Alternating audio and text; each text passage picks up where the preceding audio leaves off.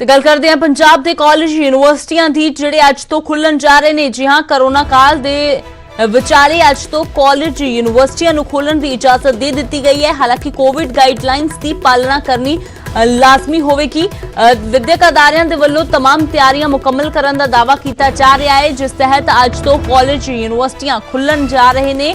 ਹਾਲਾਂकि containment zone ਦੇ ਵਿੱਚ college university नहीं खोले जाएंगे।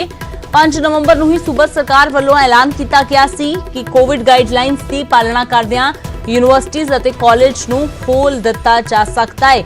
ਹਾਲਾਂकि ਸਾਰੇ ਸਟਾਫ ਮੈਂਬਰਾਂ ਦੇ ਲਈ ਕੋਰੋਨਾ ਟੈਸਟ ਕਰਵਾਉਣ ਦੀ ਹਦਾਇਤ ਕੀਤੀ ਗਈ ਹੈ ਤੇ ਕੁਝ ਹੋਰ ਨਿਯਮ ਨੇ ਜਿਹੜੇ ਇਸ ਵਾਰ ਤੈਅ ਕੀਤੇ ਗਏ ਨੇ, ਜਿਸ ਤਹਿਤ ਪਹਿਲੇ ਪੜਾਅ 'ਚ ਫਾਈਨਲ ਈਅਰ ਦੇ ਵਿਦਿਆਰਥੀਆਂ ਨੂੰ ਹੀ ਸਿਰਫ ਕਾਲਜ ਯੂਨੀਵਰਸਿਟੀ ਜਾਣ ਦੀ ਮਨਜ਼ੂਰੀ ਹੋਵੇਗੀ ਤੇ ਸਿਰਫ 50% ਵਿਦਿਆਰਥੀਆਂ ਦੀ ਆਮਦ ਨੂੰ ਹੀ ਮਨਜ਼ੂਰੀ ਦਿੱਤੀ ਗਈ ਹੈ। ਬਾਕੀ ਵਿਦਿਆਰਥੀ ਪਹਿਲਾਂ ਵਾਂਗ ਆਨਲਾਈਨ ਕਲਾਸਾਂ ਹੀ ਲਗਾਉਣਗੇ। ਕਾਲਜ ਦੀ ਸਮਰੱਥਾ ਦੇ ਮੁਤਾਬਕ 50% ਤੋਂ ਵੱਧ ਵਿਦਿਆਰਥੀ ਵੀ ਬੁਲਾਏ ਜਾ ਸਕਦੇ ਨੇ। ਹੌਸਟਲ ਦੀ ਗੱਲ ਕੀਤੀ ਜਾਵੇ ਤਾਂ ਸਿਰਫ 50% ਵਿਦਿਆਰਥੀਆਂ ਨੂੰ ਹੀ ਮਨਜ਼ੂਰੀ ਹੋਵੇਗੀ ਤੇ ਹੌਸਟਲ 'ਚ ਇੱਕ ਵਿਦਿਆਰਥੀ ਨੂੰ ਇੱਕ ਰੂਮ ਹੀ ਅਲਾਟ ਹੋਵੇਗਾ। ਉਸ ਦੇ ਨਾਲ ਕੋਈ ਦੂਸਰਾ ਵਿਦਿਆਰਥੀ ਸ਼ੇਅਰ ਨਹੀਂ ਕਰ ਸਕਦਾ।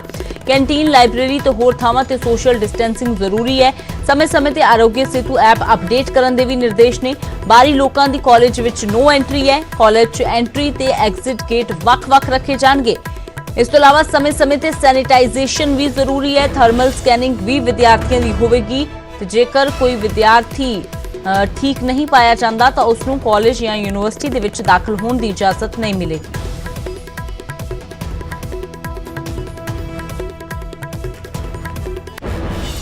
नवंबर तो यूनिवर्सिटीज़ ओपन हो रही ने, जिसनों वेखदे होए सैनिटाइज है जिहड़ा कीता जा रहा। तुसीं वेख सकदे हो तस्वीरां दे विच और यूनिवर्सिटी के अंदर तुहानूं तस्वीरां दिखा रहे हैं जिथे प्रैक्टिकल लैब है जिहड़ी उस दे विच सैनिटाइज कर रहे हैं, क्योंकि करोना तो लंबे समय तो बाद आखिरकार यूनिवर्सिटी कॉलेज खुल रहे हैं।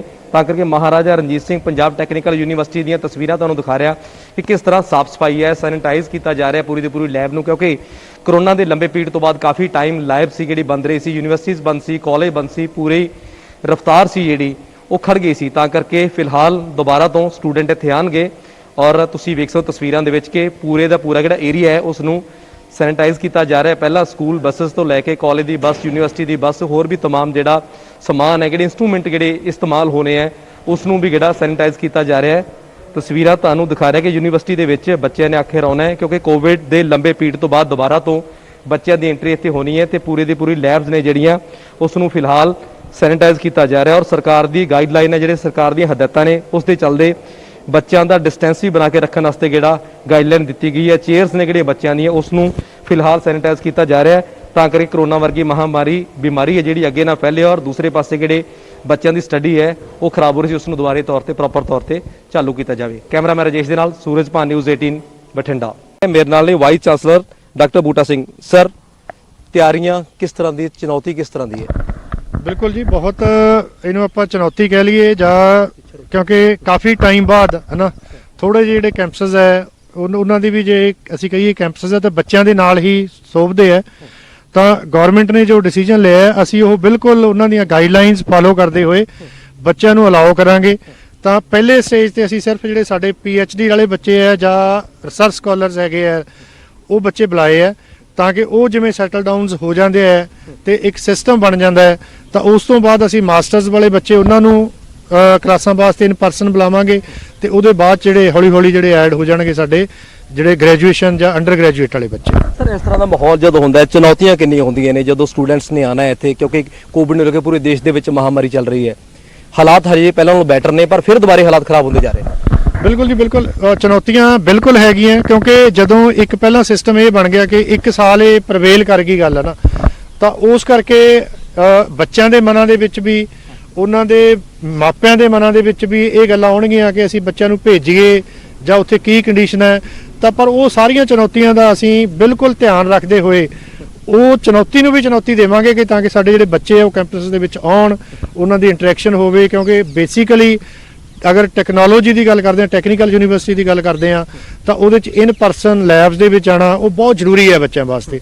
तो असीं उन्होंने मोटिवेट करांगे कि जिन्ने के बच्चे मैक्सीमम आ सकते हैं वो गाइडलाइनां फॉलो करते हुए ताकि असीं अपने एजुकेशन सिस्टम नूं अगे वधाईए। खास तौर पर ਬਿਲਕੁਲ ਕਹਿ ਰਹੇ ਕਿ ਚੁਣੌਤੀ ਜ਼ਰੂਰ ਹੈਗੀ ਹੈ, ਪਰ ਚੁਣੌਤੀ ਨੂੰ ਲੈ ਕੇ ਅਸੀਂ ਤਿਆਰ ਆ। ਪਰ ਤਿਆਰੀਆਂ ਨੇ, ਪ੍ਰੋਪਰੇਸ਼ਨ ਨੇ ਆਪਦੇ ਤੌਰ ਤੇ ਪੂਰੀਆਂ ਕੀਤੀਆਂ ਹੋਈਆਂ ਨੇ। ਕਿਸ ਤਰ੍ਹਾਂ ਸੋਸ਼ਲ ਡਿਸਟੈਂਸਿੰਗ ਦੇ ਨਾਲ ਸਟੂਡੈਂਟ ਨੂੰ ਬਿਠਾਣਾ ਹੈ ਤੇ ਕਿਸ ਤਰ੍ਹਾਂ ਗੈਦਰਿੰਗ ਜਿਹੜੀ ਹੈ ਸਟੂਡੈਂਟਸ ਦੀ ਉਸ ਨੂੰ ਮੇਨਟੇਨ ਕਰਕੇ ਰੱਖਣਾ ਤੇ ਸਰਕਾਰ ਦੀ ਕਿੰਨੀ ਵੀ ਗਾਈਡਲਾਈਨ ਹੈ ਉਸ ਨੂੰ ਪ੍ਰੋਪਰ ਤੌਰ ਤੇ ਫੋਲੋ ਕਰਨਾ ਹੈ। ਕੈਮਰਾ ਸਰ ਐਕਚੁਅਲੀ ਮੈਨੂੰ ਲੱਗ ਰਿਹਾ ਹੈ ਕਿ ਵਧੀਆ ਹੋਏਗਾ ਕਿਉਂਕਿ ਆਨਲਾਈਨ ਸਟੱਡੀ 'ਚ ਸਾਨੂੰ ਬਹੁਤ ਪ੍ਰੋਬਲਮ ਆਉਂਦੀ ਹੈ। ਹਾਂਜੀ, ਤਾਂ ਇਸ ਲਈ ਅਸੀਂ ਤਾਂ ਚਾਹੁੰਦੇ ਹਾਂ ਕਿ ਯੂਨੀਵਰਸਿਟੀ ਓਪਨ ਹੋਵੇ। ਇੰਤਜ਼ਾਰ ਕਿੰਨਾ ਸੀਗਾ? ਸਭ ਬਹੁਤ ਬੇਸਬਰੀ ਨਾਲ ਇੰਤਜ਼ਾਰ ਸੀ ਕਿ ਯੂਨੀਵਰਸਿਟੀ ਓਪਨ ਹੋਵੇ, ਫਰੈਂਡਸ ਨੂੰ ਮਿਲੀਏ, ਟੀਚਰਸ ਨਾਲ ਡੀਲ ਕਰੀਏ ਜਾ ਕੇ ਫੇਸ ਟੂ ਫੇਸ। ਕੀ ਲੱਗਦਾ ਦਿੱਕਤਾਂ ਦਾ ਕਿਤੇ ਨਾ ਕਿਤੇ ਆਉਣਗੀਆਂ ਨਾ, ਕਿਉਂਕਿ ਗੈਦਰਿੰਗ ਬੱਚਿਆਂ ਦੀ ਘੱਟ ਕਹਿ ਰਹੇ ਹੈ, ਹਾਂਜੀ। ਕੋਵਿਡ ਨੂੰ ਲੈ ਕੇ ਗਾਈਡਲਾਈਨ ਕਾਫੀ ਲੰਬੀਆਂ ਨੇ। ਸਰ ਉਹ ਤਾਂ ਆਉਣਗੀਆਂ ਕਿਉਂਕਿ ਸਟੂਡੈਂਟਸ ਸਰ 6 ਫੀਟ ਦੀ ਦੂਰੀ ਤੇ ਬੈਠ ਨਹੀਂ ਸਕਦੇ ਕਿਉਂਕਿ ਸਭ ਨੂੰ ਹੁੰਦਾ ਕਿ ਅਸੀਂ ਆਪਣੇ ਫਰੈਂड्स ਨਾਲ बैठिए। सो थोड़ा रिस्की है वैसे तो देखा जाए, और रूल्स रेगुलेशंस इतने फॉलो नहीं हो रहे। बच्चे खुद ही नहीं कर रहे, अपना पर्सनल होता है, जैसे मास्क वास्क मुश्किल से कोई पहनता है, तो वो सारा देख के चलना चाहिए क्योंकि ऑब्वियसली प्रिकॉशंस तो अपने हाथ पे है। क्या लगता है जिस हालात पे अब इंडिया खड़ा है या पंजाब खड़ा है, क्या लगता है ओपन होनी चाहिए थी या नहीं? मेरे हिसाब से क्योंकि जैसे अभी तक जितना पता है कि सर्दियों में ऑब्वियसली इसके इंक्रीज होने के चांसेस ज़्यादा है, और हर जगह देख रहे हैं कि ग्राफ बढ़ ही रहा है, तो सर्दियों में स्पेशली नहीं खोलना चाहिए था। ਬਿਲਕੁਲ ਸਰ, ਓਪਨ ਹੋਣੀਆਂ ਵੀ ਚਾਹੀਦੀਆਂ ਨੇ ਵੈਸੇ। ਜਿਸ ਤਰ੍ਹਾਂ ਕਿ ਅਸੀਂ ਪਿਛਲੇ 8 ਮਹੀਨਿਆਂ ਤੋਂ ਘਰਾਂ 'ਚ ਬੈਠੇ ਹਾਂ ਸਰ, ਤਾਂ ਬਹੁਤ ਪ੍ਰੋਬਲਮ ਆ ਰਹੀ ਹੈ, ਡਿਪਰੈਸ ਵੀ ਹੋ ਰਹੇ ਹਾਂ, ਘਰ ਦੇ ਵੀ ਕਹਿ ਰਹੇ ਨੇ ਵੀ ਹਾਂ ਵਿਹਲੇ। ਸਰ ਆਨਲਾਈਨ ਕਲਾਸਿਸ ਚੱਲ ਰਹੀਆਂ ਨੇ, ਬਹੁਤ ਸਹੀ ਤਰੀਕੇ ਨਾਲ ਵੀ ਚੱਲ ਰਹੀਆਂ ਨੇ ਕਈ ਜਗ੍ਹਾ sir, but sir network the issue ਆ ਹੀ ਜਾਂਦਾ, ਜਿਵੇਂ ਸਰ ਪ੍ਰੋਪਰ ਰੇਂਜ ਨਹੀਂ ਹੈ, ਜਿਵੇਂ ਮੈਂ ਵਿਲੇਜ ਤੋਂ ਬਿਲੋਂਗ ਕਰਦਾ ਸਰ। ਤੇ ਅੱਜ ਤੋਂ ਕਾਲਜ ਤੇ ਯੂਨੀਵਰਸਿਟੀਆਂ ਕੋਵਿਡ ਨਿਯਮਾਂ ਦੀ ਪਾਲਣਾ ਕਰਦਿਆਂ ਖੁੱਲਣ ਜਾ ਰਹੇ ਨੇ, ਪਰ ਵਿਦਿਆਰਥੀਆਂ ਦੇ ਵੱਲੋਂ ਰਲੀ ਮਿਲੀ ਪ੍ਰਤੀਕਿਰਿਆ ਦਿੱਤੀ ਜਾ ਰਹੀ ਹੈ। ਕਿਤੇ ਇਸ ਕਾਲਜ ਯੂਨੀਵਰਸਿਟੀ ਖੋਲਣ ਦੇ ਫੈਸਲੇ ਦਾ ਸਵਾਗਤ ਕੀਤਾ ਜਾ ਰਿਹਾ ਤੇ ਕਿਤੇ ਕਿਹਾ ਜਾ ਰਿਹਾ ਕਿ ਅਜੇ ਵੀ ਇਹਨਾਂ ਨੂੰ ਨਹੀਂ ਖੋਲਿਆ ਜਾਣਾ ਚਾਹੀਦਾ ਸੀ। ਤੇ ਹੁਣ ਗੱਲ ਕਰਦੇ ਹਾਂ ਮੌਸਮ ਦੇ ਬਦਲੇ ਹੋਏ ਮਿਜਾਜ਼ ਦੀ। ਪੰਜਾਬ ਦੇ ਕਈ ਇਲਾਕਿਆਂ ਦੇ ਵਿੱਚ ਮੀਂਹ ਪਿਆ ਹੈ, ਕਈ ਥਾਈਂ ਗੜੇਮਾਰੀ ਵੀ ਹੋਈ ਹੈ ਤੇ ਮੌਸਮ ਦਾ ਮਿਜਾਜ਼ ਬਦਲਣ ਦੇ ਨਾਲ ਠੰਡ ਵੱਧ ਗਈ ਹੈ। ਤਾਪਮਾਨ ਦੇ ਵਿੱਚ ਕਾਫੀ ਹੱਦ ਤੱਕ ਗਿਰਾਵਟ ਆਈ ਹੈ। ਤੁਹਾਨੂੰ ਬਠਿੰਡਾ ਤੇ ਫਿਰੋਜ਼ਪੁਰ ਦੀਆਂ ਤਸਵੀਰਾਂ ਦਿਖਾਉਂਦੇ ਹਾਂ ਜਿੱਥੇ ਮੀਂਹ ਤੋਂ ਬਾਅਦ ਤਾਪਮਾਨ ਦੇ ਵਿੱਚ ਗਿਰਾਵਟ ਦਰਜ ਕੀਤੀ ਗਈ। ਕਿਤੇ ਓਲੇ ਵੀ ਪਏ ਨੇ, ਗੜੇਮਾਰੀ ਵੀ ਹੋਈ ਹੈ। ਬਠਿੰਡਾ ਤੇ ਫਿਰੋਜ਼ਪੁਰ ਦੀਆਂ ਤਸਵੀਰਾਂ ਤੁਸੀਂ ਦੇਖ ਰਹੇ ਹੋ। ਹਾਲਾਂਕਿ ਇਸੇ ਤਰ੍ਹਾਂ ਦਾ ਹਾਲ ਅੰਮ੍ਰਿਤਸਰ ਤੋਂ ਲੈ ਕੇ ਜਲੰਧਰ, ਹੁਸ਼ਿਆਰਪੁਰ, ਹੋਰ ਬਾਕੀ ਜੋ ਪੰਜਾਬ ਦੇ ਜ਼ਿਲ੍ਹੇ ਨੇ, ਸ਼ਹਿਰ ਨੇ, ਲੁਧਿਆਣਾ ਹੋਵੇ, ਇਸ ਤੋਂ ਇਲਾਵਾ ਚੰਡੀਗੜ੍ਹ ਦੇ ਵਿੱਚ ਵੀ ਕੱਲ ਤੋਂ ਲਗਾਤਾਰ ਬਰਸਾਤ ਹੋ ਰਹੀ ਹੈ ਜਿਸ ਦੇ ਨਾਲ ਠੰਡ ਦੇ ਵਿੱਚ ਕਾਫੀ ਇਜ਼ਾਫਾ ਹੋਇਆ ਹੈ।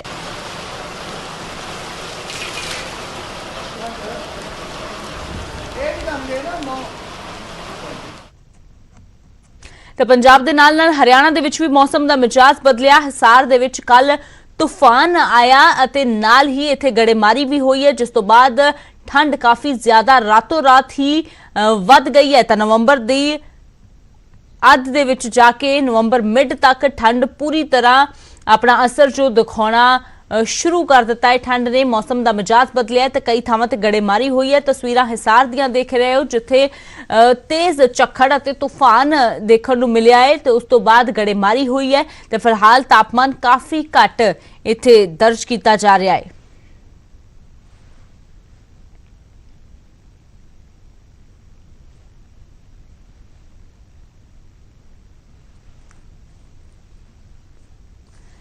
ਤਾਂ ਇਧਰ ਮੈਦਾਨੀ ਇਲਾਕਿਆਂ ਦੇ ਵਿੱਚ ਮੀਂਹ ਅਤੇ ਗੜੇਮਾਰੀ ਨੇ ਠੰਡ ਵਧਾ ਦਿੱਤੀ ਹੈ ਤਾਂ ਉਧਰ ਪਹਾੜੀ ਇਲਾਕਿਆਂ ਦੇ ਵਿੱਚ ਬਰਫ਼ਬਾਰੀ ਦਾ ਦੌਰ ਜਾਰੀ ਹੈ।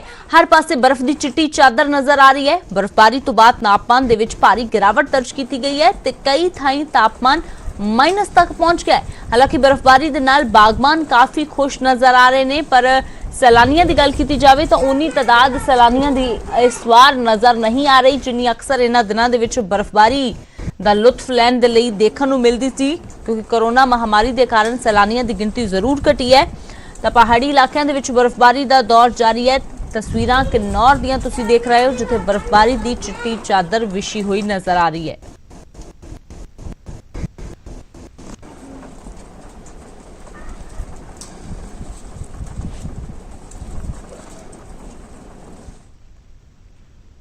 ਤੇ ਉਧਰ ਸ਼ਿਮਲਾ ਦੇ ਕੁਫਰੀ ਅਤੇ ਨਾਰਕੰਡਾ ਦੇ ਵਿੱਚ ਵੀ ਸੀਜ਼ਨ ਦੀ ਪਹਿਲੀ ਬਰਫ਼ਬਾਰੀ ਹੋਈ।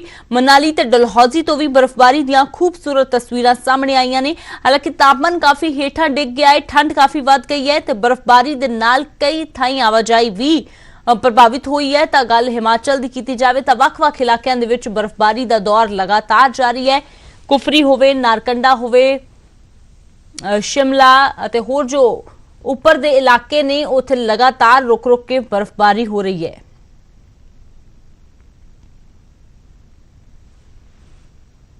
ਤੇ ਉਧਰ ਉੱਤਰਾਖੰਡ ਦੇ ਰੁद्रप्रयाग ਜ਼ਿਲ੍ਹੇ ਦੇ ਵਿੱਚ ਵੀ ਬਰਫ਼ਬਾਰੀ ਦੇਖਣ ਨੂੰ ਮਿਲੀ ਹੈ ਤੇ ਕੇਦਾਰਨਾਥ ਦੇ ਵਿੱਚ ਵੀ ਬਰਫ਼ਬਾਰੀ ਦਾ ਦੌਰ ਲਗਾਤਾਰ ਜਾਰੀ ਹੈ। ਦੱਸ ਦਈਏ ਕਿ ਅੱਜ ਬੰਦ ਹੋ ਜਾਣਗੇ ਕੇਦਾਰਨਾਥ ਮੰਦਿਰ ਦੇ ਕਪਾਟ ਤੇ ਮੰਦਿਰ ਦੇ ਚਾरों पासे बर्फबारी ही नजर आ रही है। केदारनाथ धाम दे विच 15 दिन पहला तो ही जो बर्फबारी दे दौर की शुरुआत हो गई सी ते इससे वध रही बर्फबारी दे चलदियां अज जो मंदिर दे कपाट ने उन्हां नूं बंद कर दिता जावेगा।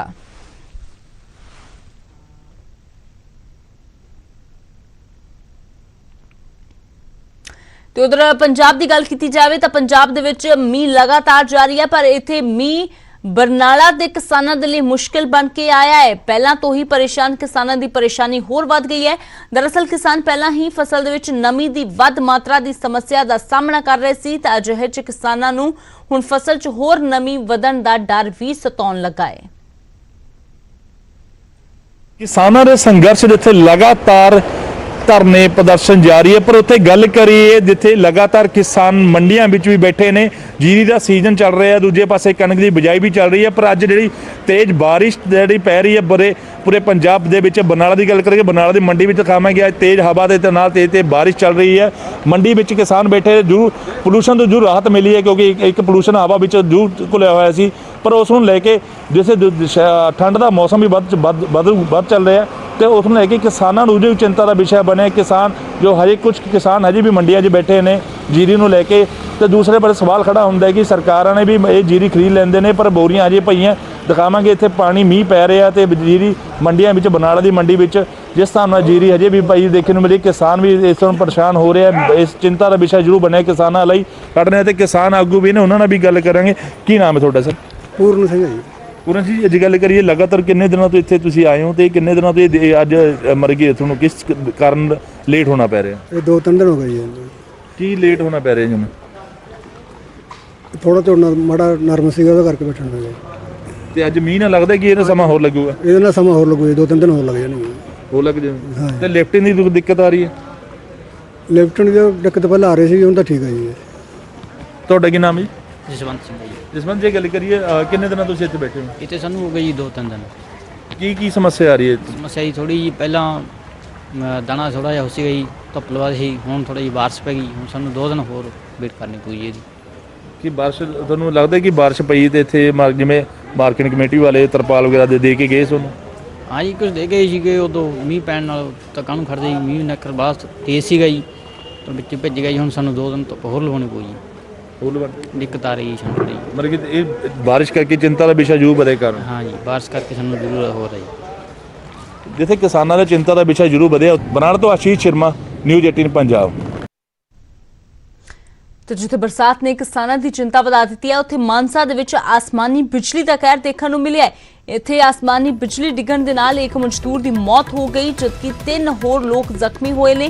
मानसा दे पिंड मियां दे विच एक घटना वापरी है। फिलहाल जख्मियां नूं हस्पताल भर्ती करवाया गया है जिथे उन्हां दा इलाज जारी है पर एक प्रवासी मजदूर की मौत हो गई है। आसमान तो बिजली डिगण दे नाल इस प्रवासी मजदूर की मौत हो गई ਅਤੇ 3 ਹੋਰ ਜ਼ਖਮੀ ਹੋਏ ਨੇ ਜਿਨ੍ਹਾਂ ਨੂੰ ਇਲਾਜ ਦੇ ਲਈ ਹਸਪਤਾਲ ਭਰਤੀ ਕਰਵਾਇਆ ਗਿਆ ਹੈ।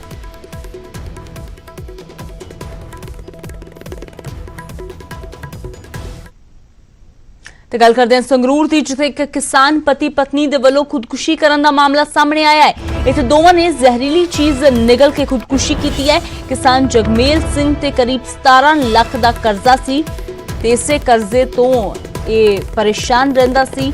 ਪਿੰਡ ਲੋਖੇੜਾ ਦਾ ਰਹਿਣ ਵਾਲਾ ਸੀ ਕਿਸਾਨ ਜੋੜਾ ਜਿਸਨੇ ਕਰਜ਼ੇ ਦੇ ਚਲਦਿਆਂ ਆਪਣੀ ਜੀਵਨ ਲੀਲਾ ਖਤਮ ਕਰ ਲਈ ਹੈ। ਪਹਿਲਾਂ ਕਿਸਾਨ ਨੇ ਜ਼ਹਿਰ ਨਿਗਲਿਆ ਤੇ ਪਤਾ ਲੱਗਣ ਤੇ ਉਸ ਦੀ ਪਤਨੀ ਨੇ ਵੀ ਖੁਦਕੁਸ਼ੀ ਕਰ ਲਈ। ਸੰਗਰੂਰ ਦੇ ਲੋਖੇੜਾ ਪਿੰਡ ਦੀ ਇਹ ਘਟਨਾ ਜਿੱਥੇ ਕਰਜ਼ੇ ਨੇ ਇੱਕ ਕਿਸਾਨ ਪਤੀ ਪਤਨੀ ਦੀ ਜਾਨ ਲੈ ਲਈ ਹੈ।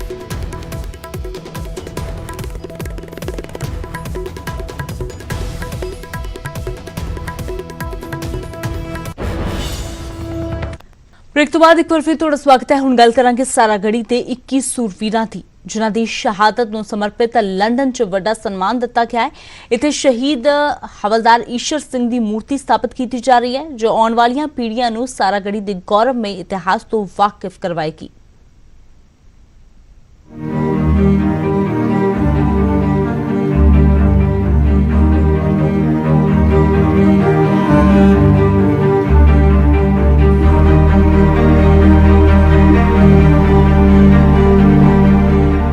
ਸਾਰਾਗੜ੍ਹੀ ਦਾ ਨਾਮ ਸੁਣਦਿਆਂ ਹੀ ਫਖਰ ਨਾਲ ਸਿਰ ਉੱਚਾ ਹੋ ਜਾਂਦਾ ਹੈ। 21 ਸਿੱਖ ਸੂਰਬੀਰਾਂ ਦੀ ਤਸਵੀਰ ਅੱਖਾਂ ਸਾਹਮਣੇ ਆ ਜਾਂਦੀ ਹੈ। ਹਰ ਕੋਈ 21 ਬਹਾਦਰ ਸੂਰਮਿਆਂ ਤੇ ਮਾਣ ਮਹਿਸੂਸ ਕਰਦਾ ਹੈ, ਜਿਨ੍ਹਾਂ ਦੀ ਕੁਰਬਾਨੀ ਨੂੰ ਸ਼ਬਦਾਂ 'ਚ ਬਿਆਨ ਨਹੀਂ ਕੀਤਾ ਜਾ ਸਕਦਾ। ਜਿੱਥੇ ਦੇਸ਼ 'ਚ ਹਰ ਸਾਲ ਸੂਰਬੀਰਾਂ ਦੀ ਸ਼ਹਾਦਤ ਨੂੰ ਸਿਜਦਾ ਕੀਤਾ ਜਾਂਦਾ ਹੈ, ਉੱਥੇ ਹੀ ਹੁਣ ਵਿਦੇਸ਼ੀ ਧਰਤੀ ਲੰਡਨ 'ਚ ਵੀ 21 ਯੋਧਿਆਂ ਨੂੰ ਵੱਡਾ ਸਨਮਾਨ ਦਿੱਤਾ ਜਾ ਰਿਹਾ ਹੈ। ਸਾਰਾਗੜ੍ਹੀ ਲੜਾਈ ਦੇ ਨਾਇਕ ਹਵਲਦਾਰ ਈਸ਼ਵਰ ਸਿੰਘ ਨੂੰ ਸਮਰਪਿਤ 9 ਫੁੱਟ ਉੱਚੀ ਮੂਰਤੀ ਸਥਾਪਿਤ ਕੀਤੀ ਜਾ ਰਹੀ ਹੈ। ਸਾਰਾਗੜ੍ਹੀ ਦੀ ਲੜਾਈ ਦੁਨੀਆ ਦੀ ਸਭ ਤੋਂ ਮਹਾਨ ਲੜਾਈਆਂ 'ਚੋਂ ਇੱਕ ਹੈ। ਇੰਗਲੈਂਡ 'ਚ ਵੀ ਹਰ ਸਾਲ 12 ਸਤੰਬਰ ਨੂੰ 21 ਸਿੱਖ ਯੋਧਿਆਂ ਦੀ ਯਾਦ 'ਚ ਸਾਰਾਗੜ੍ਹੀ ਦਿਵਸ ਮਨਾਇਆ ਜਾਂਦਾ ਹੈ ਤੇ ਅਗਲੇ ਸਾਲ 12 ਸਤੰਬਰ ਨੂੰ ਹਵਲਦਾਰ ਈਸ਼ਵਰ ਸਿੰਘ ਦੀ ਮੂਰਤੀ ਲੋਕ ਅਰਪਣ ਕੀਤੀ ਜਾਵੇਗੀ। ਇਸ ਪੂਰੇ ਪ੍ਰੋਜੈਕਟ ਦੀ ਅਗਵਾਈ ਕਾਉਂਸਲਰ ਭੁਪਿੰਦਰ ਸਿੰਘ ਵੱਲੋਂ ਕੀਤੀ ਜਾ ਰਹੀ ਹੈ, ਜੋ 14 ਸਾਲ ਦੀ ਉਮਰ 'ਚ ਸਾਰਾਗੜ੍ਹੀ ਦੀ ਤਸਵੀਰ ਤੋਂ ਪ੍ਰਭਾਵਿਤ ਹੋਏ ਤੇ ਹੁਣ ਉਹਨਾਂ ਵੱਲੋਂ ਤਿਆਰ ਕੀਤੀ ਜਾ ਰਹੀ ਮੂਰਤੀ ਸਾਰਾਗੜ੍ਹੀ ਦੇ ਗੌਰਵਮਈ ਇਤਿਹਾਸ ਤੋਂ ਵਾਕਿਫ ਕਰੇਗੀ। ਇਹ ਮੇਰਾ ਖਿਆਲ ਵੀ ਜਿਹੜਾ ਇਤਿਹਾਸ ਆ ਇਹ ਬਹੁਤ ਇੱਕ ਵਧੀਆ ਇਤਿਹਾਸ ਆ ਵੀ ਸਾਰੀ ਦੁਨੀਆ ਤੱਕ ਇਹ ਜਾਣਾ ਚਾਹੀਦਾ ਵੀ ਇਹਦਾ ਹਿੱਸੇ ਦੇ ਵਿੱਚ ਇਹਦਾ ਕੀ ਦੇਣ ਸੀ। ਤੇ ਜਦੋਂ ਦੇਖਣਗੇ, ਜਦੋਂ ਫਿਰ ਪੁੱਛਣਗੇ, ਫਿਰ ਪਤਾ ਲੱਗੂਗਾ ਵੀ ਸਰਦਾਰ ਈਸ਼ਰ ਸਿੰਘ ਕੌਣ ਸੀ। ਜਦੋਂ ਇਹ ਬੁੱਤ ਤਿਆਰ ਹੋ ਜਾਵੇ, ਇਹ ਸਾਰੀ ਦੁਨੀਆ ਤੱਕ ਇਹ ਇਨਫੋਰਮੇਸ਼ਨ ਜਾਣੀ ਚਾਹੀਦੀ ਆ ਵੀ ਸਾਰਾਗੜ੍ਹੀ ਦਾ ਇਤਿਹਾਸ ਕੀ ਸੀ, 36 ਸਿੱਖ ਰੈਜੀਮੈਂਟ ਦਾ ਕੀ ਇਹਦੇ ਵਿੱਚ ਹਿੱਸਾ ਸੀ, ਸਰਦਾਰ ਹੌਲਦਾਰ ਈਸ਼ਰ ਸਿੰਘ ਦੀ ਕੀ ਬਹਾਦਰੀ ਸੀ। 123 ਸਾਲ ਪਹਿਲਾਂ ਲੜੀ ਗਈ ਲੜਾਈ 'ਚ ਸ਼ਹੀਦ ਹੋਏ ਸਰਦਾਰ ਈਸ਼ਵਰ ਸਿੰਘ ਸਮੇਤ ਕਿਸੇ ਵੀ ਸੈਨਿਕ ਦੀ ਤਸਵੀਰ ਨਹੀਂ ਮਿਲੀ ਤੇ ਨਿਊਯਾਰਕ ਦੇ ਇੱਕ ਮੂਰਤੀ ਘਰ ਦੇ ਰਿਸ਼ਤੇਦਾਰਾਂ ਦੇ ਆਧਾਰ ਤੇ ਹੀ ਪੋਰਟਰੇਟ ਤਿਆਰ ਕੀਤਾ ਤੇ ਹੁਣ ਬ੍ਰਿਟਿਸ਼ ਮੂਰਤੀਕਾਰ ਲੂਕ ਪੈਰੀ ਇਸ ਮੂਰਤੀ ਤੇ ਕੰਮ ਕਰ ਰਹੇ ਨੇ।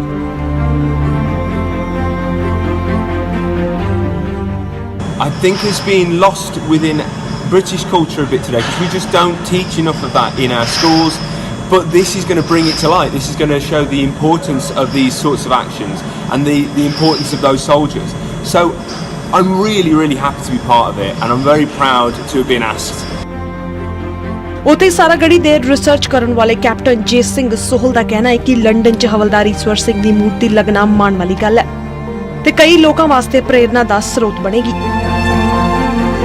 ਆਪਾਂ ਹੁਣ ਉੱਥੇ ਇਕੱਠੇ ਹੋ ਕੇ ਹਰੇਕ ਸਾਲ ਆਪਾਂ ਸਾਰਾਗੜ੍ਹੀ ਦਾ ਦਿਨ ਮਨਾ ਸਕਦੇ ਆ, ਨਾਲੇ ਲੋਕਾਂ ਨੂੰ ਵੀ ਪਤਾ ਲੱਗ ਜਾਵੇ ਇਸ ਬੈਟਲ ਬਾਰੇ।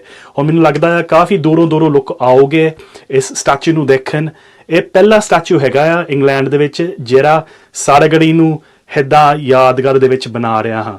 ਸੋ ਇਹ ਕਾਫੀ ਇੰਸਪੀਰੇਸ਼ਨ ਦੀ ਗੱਲ ਆ, ਕਾਫੀ ਇੰਪੋਰਟੈਂਟ ਗੱਲ ਆ। ਲੋਕਾਂ ਨੂੰ ਵੀ ਦੂਰੋਂ ਪਤਾ ਲੱਗ ਜਾਵੇ ਸਾਰਾਗੜ੍ਹੀ ਬਾਰੇ, ਨਾਲੇ ਅਸੀਂ ਸਿੱਖਾਂ ਨੇ ਕੀ ਕੁਝ ਕੀਤਾ ਆ ਇੰਡੀਆ ਦੀ ਡਿਫੈਂਸ ਦੇ ਲਈ।